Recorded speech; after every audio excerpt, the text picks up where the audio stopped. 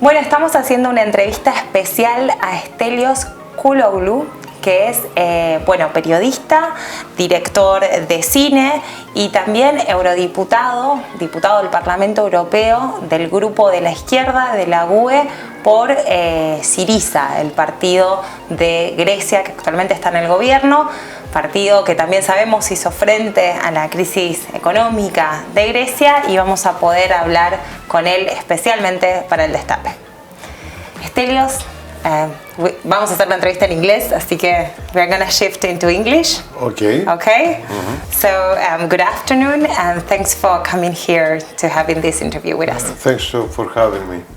It's very special for us to have you here, since you have an experience as a journalist, and this is an alternative media that produce content from internet and also protect journalists to have the open perspective and their view. So what is your experience in Europe about journalism and freedom of speech?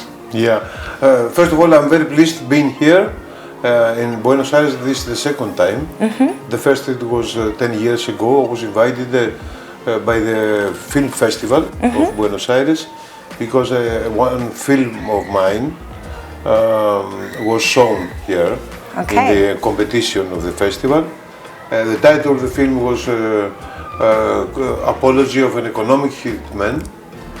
It was based on a book by the American whistleblower, and it was saying what happens to the countries when the IMF arrives to impose austerity measures. Okay, so quite relevant for the current situation in our country, right? So yes, and this was very interesting, because I have shooted the film for 2-3 years before. I knew about the Argentinian experience you had in the early 2000 with the crisis of 2001, with the austerity measures of IMF. But I would never expected that 1 year after I was here and I was presenting my film all over the world, there would be the IMF. There will be a crisis in Greece, and the IMF will arrive to impose austerity measures as well. We are leaving. We just left the IMF imposed program in Greece, so I can give you a lot of experiences, and also I can warn you about some things. Okay. And, yeah. So I'm ready to listen. The recommendations you would give Argentina, and then, what will be your main question to Mauricio Macri? Because, I'm glad you will be there, because for us, the Argentinian people, it's extremely difficult to have the president listening to us. So, what do you will be able to ask him, to Mauricio Macri? Well, how he managed, while the situation in Argentina was improving, when he came to power, how he managed to double the debt, the external debt, and also how he managed to call again the IMF, which is not very much welcomed neither by the Greek people nor by the Argentinians. This is, I think, a very big achievement from Mr. Macri. No anyone can do that. In Greece, it took more governments to end up in the crisis with the IMF, or was just also one conservative government that? No. The problem in Greece, it was somehow suddenly was discovered by the new government that the debt was very, very high, because the previous government of the right was hiding what was going on. And there was a center government, center left, but center government following the same policy with the right. And they discovered that something very wrong was going with the debt. So they could not have money from the international markets. So they went to the IMF and also to the European institutions, the Commission, and also the European Central Bank. And they asked money from there. That was 2010. 10, yes. But this was because there was a huge debt. Though when Mr. Macri came to power, there was no huge debt. The economy is doing relatively well. And so my question would be how he managed in 2-3 years to make this rich country enter in such a financial and social crisis, because we all know that when the IMF comes, misery comes as well, and human tragedies are coming as well. So, with having already the Argentinian experience before, that's why I'm saying, of course I'm joking, saying that it was a big achievement of him. I hope he answered your question. But meanwhile, the truth is that the economy in Argentina was stabilized, and people were satisfied more or less. Of course, there are a lot of social problems, poverty, etc., but still the situation was improving. And now we have a very brutal shift to the older crisis. Exactly. And I don't know, I don't know, buena suerte to the people. To the people. Yeah, not exactly to Mr. Macron. Okay, but we saw in Greece that a leftist party like Syriza was able to propose an alternative to the people and to build up on that. In the middle of a total, how would I say, people was completely disagreeing with all the politicians, and I think Syriza was able to appear at the same time as the neo-Nazi party that you have in Greece, but Syriza won that battle and proposed something different. And I would like to hear your opinion on that, because the opposition here in Argentina today, it's having some struggle to show that alternative, and the last results in Brazil show us that also in the middle of a crisis, personalities like Bolsonaro can appear strong. So what is your perspective on that? Yes, first of all, to end up with Mr. Bolsonaro, to start from this point, I think that Bolsonaro's election is a terrible problem, not only for the Brazil and Latin America, but also for the world. The same forces that have produced the same social forces and the same economic interests that have produced this political and social crisis, they are producing Bolsonaros, because Bolsonaros was produced by the system by attacking Dilma Rousseff for nothing, for minor changes in the budget, by forbidding Lula to run for the re-election. He would win, and so at the end they produced a Frankenstein. And I think they produced a Frankenstein believing that this Frankenstein will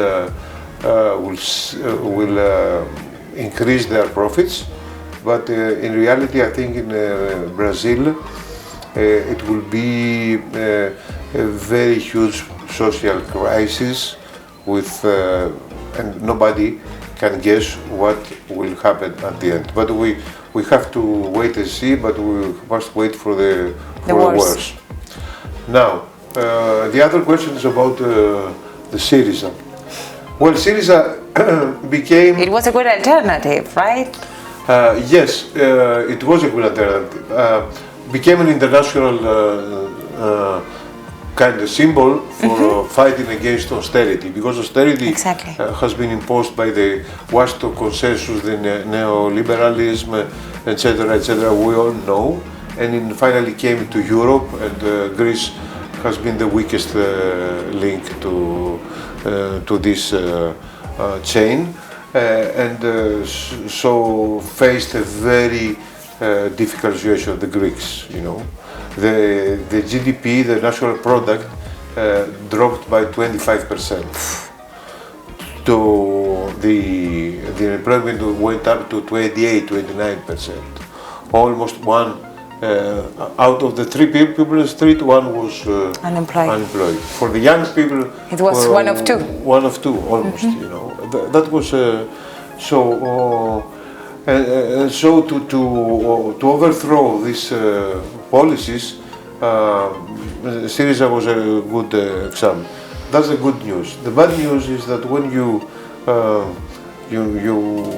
need the power and you want the power, you have to be very well prepared to take into consideration the rapport de force between the different, and to have a plan B, a plan C, and for you to decide when you take the power.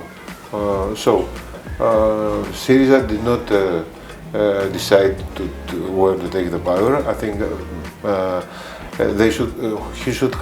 Syriza should have waited for the dirty work to be done by the right that created the problem,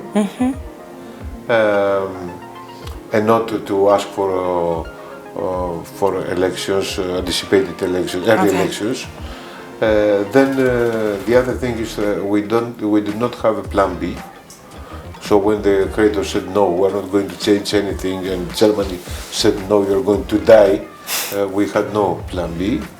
And third, because of the crisis, also we lacked a very specific program.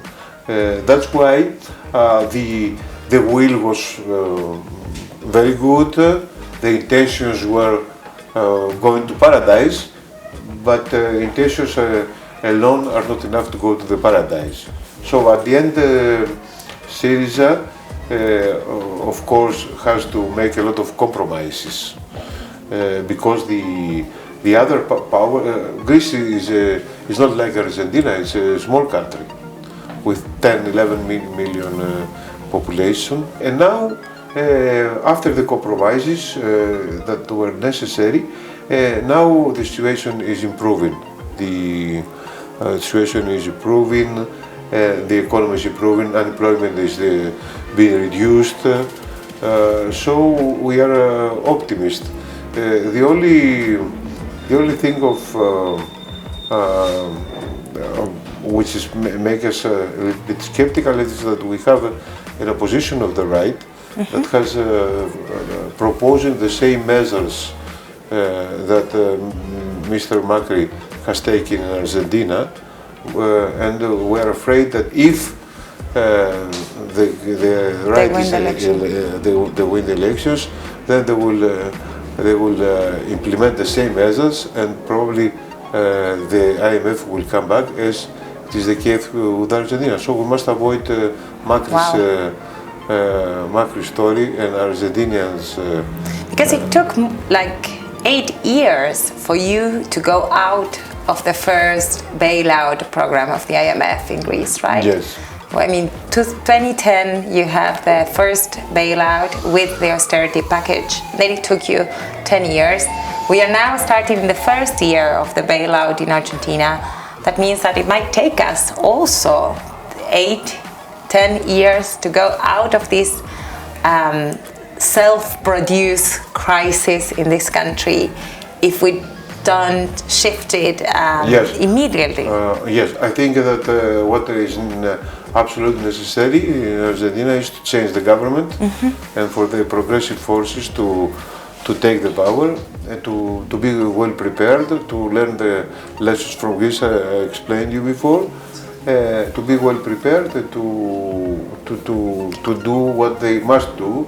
That means to change, to take into consideration and to prioritize the interests of the people and not the interests of the big creditors, of the big banks, etc. So do you want to have any other message to the Argentinians who are looking at you that they might be struggling for, pay the bills and find jobs and suffering all this economic crisis? What would be your final say to them?